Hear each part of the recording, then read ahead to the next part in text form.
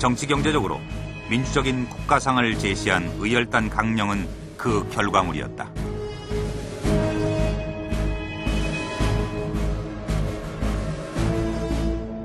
그 강령의 내용을 보면은 의열단의 운동 목표는 명확하게 두 가지. 하나는 즉 민족 독립, 민족 혁명이고, 그러니까 제국주의 타도에 기초한 민족 독립, 민족 해방이고, 다른 하나는 사회 변혁입니다. 이 사회 변혁은 지주제도를 중심으로 한 봉건제도를 철폐하는 그런 방향에서의 사회 변혁이고, 이게 민주주의 혁명이라고 얘기할 수 있겠습니다. 그래서 그걸 조금 달리 표현한다면은 의열단은 독립자주의 민족국가를 건설함과 동시에 그 민족국가가 자유롭고 평등하고 또 복지가 구현되는 그런 어떤 공화국, 민주공화국 체제의 국가를 건설할 목표를 가지고 있었다고 얘기할 수 있겠습니다. 그러나 김원봉의 정치 사상적 지향점은 좌파나 우파, 민족주의와 사회주의 등 어느 한쪽에 머물지 않았다. 사회주의 운동이 득세하고 있던 1925년 동아일보에 기고한 글에서 김원봉은 우파로 분류되는 민족주의 운동과 좌파 계열의 사회주의 운동이 합치돼야 함을 역설한다. 독립을 위해서는 일치 단결이 가장 중요하다고 생각한 것이다. 그것은 곧 김원봉 자신의 독립운동 원칙이기도 했다.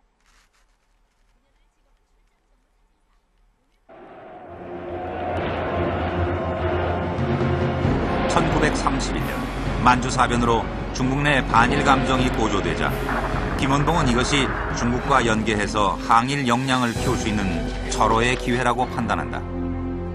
난징으로 간 김원봉은 황푸 군관학교 시절 친분을 맺은 장제스의 국민당과 접촉한다. 중국과 조선이 합작해 일제를 타도하자고 제의한 뒤 국민당의 경제적 지원을 약속받은 것이다.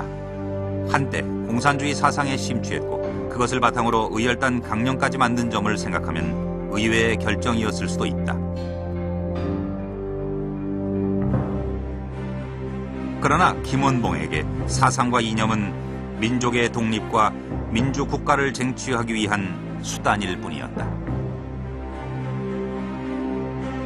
한국 독립운동, 나아가서는 한국혁명의 올바른 우리에게 맞는 그러한 새로운 어떤 혁명의 방식, 이러한 부분을 모색하고 추구하는 과정에서 우리가 떼어놓고 단편적으로 보다 보면은 그의 어떤 그 활동의 진자 폭이 우화자를 왔다 갔다 하는 어떤 그 일관성이 없거나 뭔가 그 논리적이지 못한 모습으로 보일 수도 있지만, 그러한 부분을 또 다른 면에서 보면은 남의 나라 땅에서 자기 나라를 찾아야 하는 그런 열악한 환경 속에서 우리 한인 독립운동가들의 어떤 그 다양한 실용주의적이고 폭넓은 그러한 그 자기 발전 과정이다, 이런 식으로도 해석이 되어야 되지 않겠나 생각합니다.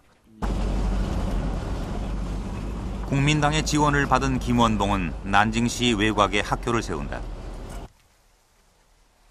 체계적인 독립운동과 장기전을 위해서는 인재 양성이 급선무라고 판단한 것이다.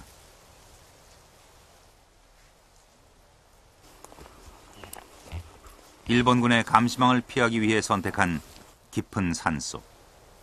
이곳에 김원봉이 설립한 조선혁명 군사정치간부학교가 있었다. 이 학교는 의열단 간부학교로 불리기도 했다.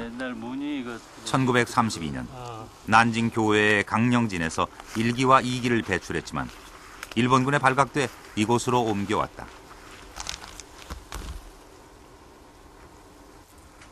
3기생 44명이 이곳에서 항일 의지를 불태웠고 김원봉은 간부학교 교장으로서 학생들을 직접 지도했다. 这是朝鲜革命干部学校的旧址。以前日本史料里面提到朝鲜一类团第3期，也就是朝鲜干部学校的第3期训练场所。1932年，金元凤他在北京带他的那个一类团团员来到南京，跟蒋介石政府进行交涉。那么他得到了蒋介石政府的经济援助。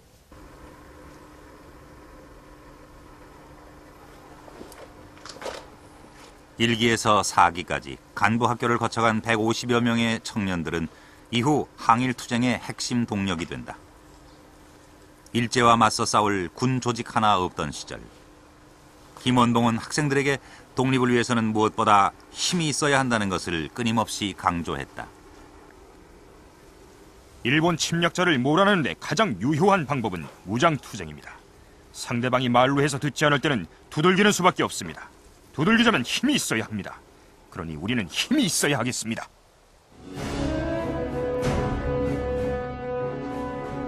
간부학교 졸업생 중에는 시인으로 더 잘 알려져 있는 이육사도 포함돼 있었다. 1933년 제1기로 졸업을 하고 국내 조직사업에 투입된 그는 이듬해인 1934년 치안유지법 위반으로 일본 경찰에 검거된다. 이활이라는 가명으로 활동하던 이육사. 비밀리에 국내에 잠입해 항일 대중 조직을 만드는 것이 간부학교 졸업생들의 사명이었다. 이육사는 당시 전국적으로 진행된 간부학교 출신자 색출 작업에 걸려든 것이었다.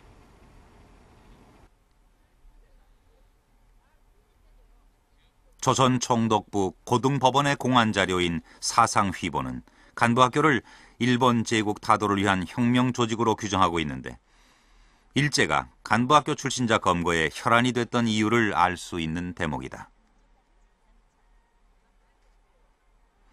이러한 지하 조직 활동을 위해 간부학교 학생들은 6개월간 혹독한 훈련 과정을 거쳐야 했다.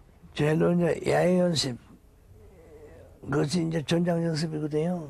그걸 많이 해야 전장 경험이 있어야 전장을 잘하는 것 아닙니까? 그게 3개월 지낸다면은 아침만 먹으면 강당에 가서 잠깐 정치 토론하고, 그 다음에 오후에 어렵더라까지 야외 연습해요. 얼마나 고단하겠어요. 말도 못하죠. 그렇지만 그거에 뒤떨어져서 나고자가 하나도 없어요. 이건 당연히 우리가 할 일이다 해서 하는 건데, 4년 배울 것을 6개월 단위 다 가르치는 거예요. 사관학교에서 4년 배울 것을. 그런 게 힘들었죠. 네. 4년 배울 거 6개월 동안 가르치라니까 힘들지 않겠습니까? 그렇지만 불편 부른 사람 하나도 없어. 무엇보다도 독립운동을 장기적으로 독립운동을 추진해 나갈 수 있는 간부 역량이 양성이 됐다라고 하는 것은 대단히 중요하다고 생각이 됩니다. 이런 사람들은 대개 1기, 2기, 3기에 걸쳐서 아마 100명에서 한 150명 사이로 생각됩니다만은 여기서 배출된 사람 한 사람 한 사람이 대단히 중요한 그 간부였습니다.